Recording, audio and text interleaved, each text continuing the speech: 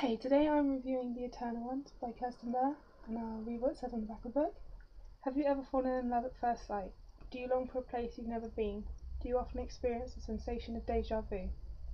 Ever since Haven Moore can remember, she's experienced visions of a previous life as a girl named Constance, whose love for her soulmate Ethan ended in tragedy. And then, the sight of the world's hottest movie star, Ian Murray, brings Haven to her knees. She knows she has met him before. Is Ian her beloved Ethan? Unable to deny her past any longer, 17-year-old Haven flees to New York to find him, and an epic love affair begins. But is both deeply fated and terribly dangerous. Can Haven unlock the deadly secrets hidden in her past lives and loves before all is lost and Ethan disappears again forever? I loved the sound of the back of the book. It really did draw me in, because I found this by accident when shopping for other books online, and it popped up as a recommendation, and it really did draw me in because I haven't read much on past lives, so I thought that was quite different to read on. Unfortunately, the synopsis is kind of better than the actual book. I did read it really quickly because it's about 411 pages with 66 chapters plus an epilogue, so 66 chapters out of that is quite a lot.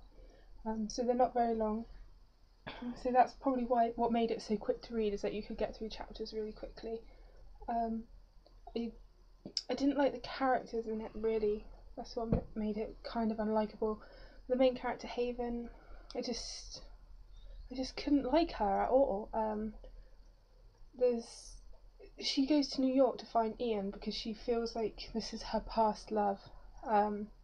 So she leaves this little town where she's been told she's possessed by a demon all her life. So she makes this big decision and moves to New York to find him.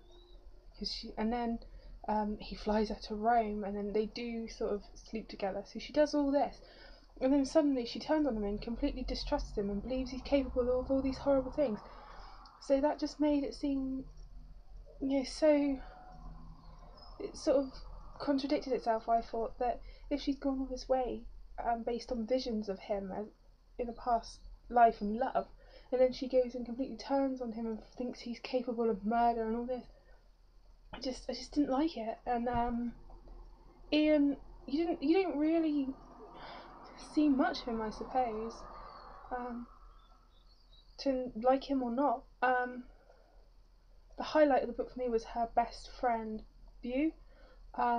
He's her gay best friend, and he's pretty much in the same situation as her, in that in the town they live in, he's he's supposed to have been touched by the devil because he's gay. That's how sort of their little town works, and he sticks by her and helps her.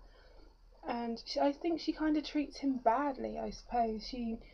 I don't like how she treats him. Or there's a line at the end of the book where she thinks she's lost Ian. Sorry for a spoiler, but and she goes, "I lost the only thing that ever mattered." And I'm a bit like, how can you say that? You have your mum, you have and you have your best friend Beau, who also travelled to New York with her after she went out there. He helps her through so much, and she says she lost everything that ever mattered. So she sort of, no one else matters to her. That's just really irritated me. I hate her for that so much. The bad guys are quite good bad guys, I suppose. This represents the Ouroboros Society, and they're this society founded for people that remember past lives, and it's this is set up to fund them and help them because they all have like these talents. So it's to help them progress, and that's the bad thing. And another thing that bugged me is that she was quick to judge Ethan, but then she ran straight off into the bad guy's arms, and you're like, you know he's the bad guy, but she seems so oblivious, and it's very frustrating to read this book. And she just really got to me, as I'm sure you can tell from how I keep saying it. But and if you don't like the heroine whose perspective it's being told from, the book is sort of ruined.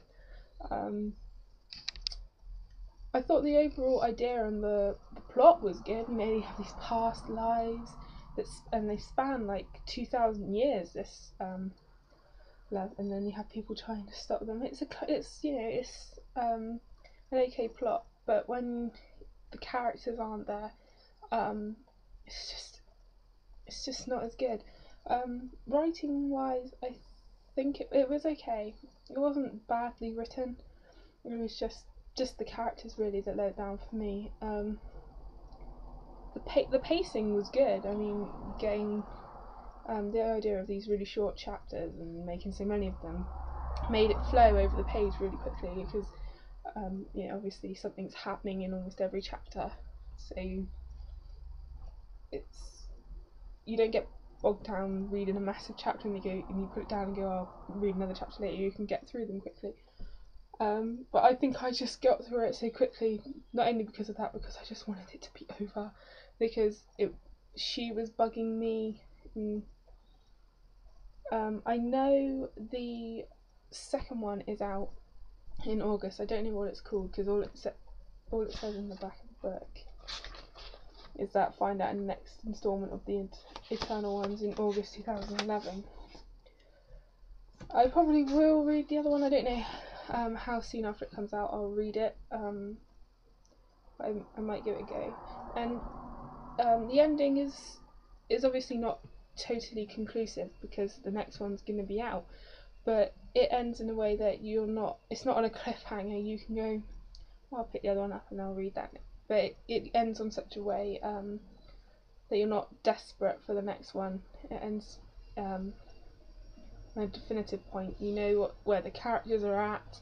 There's a little bit of suspense for the next one, but all in all, it ends on an actual ending.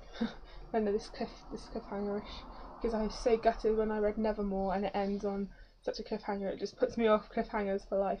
But yeah, so conclusive ending. I don't think I would recommend it, just because I didn't enjoy it at all, really.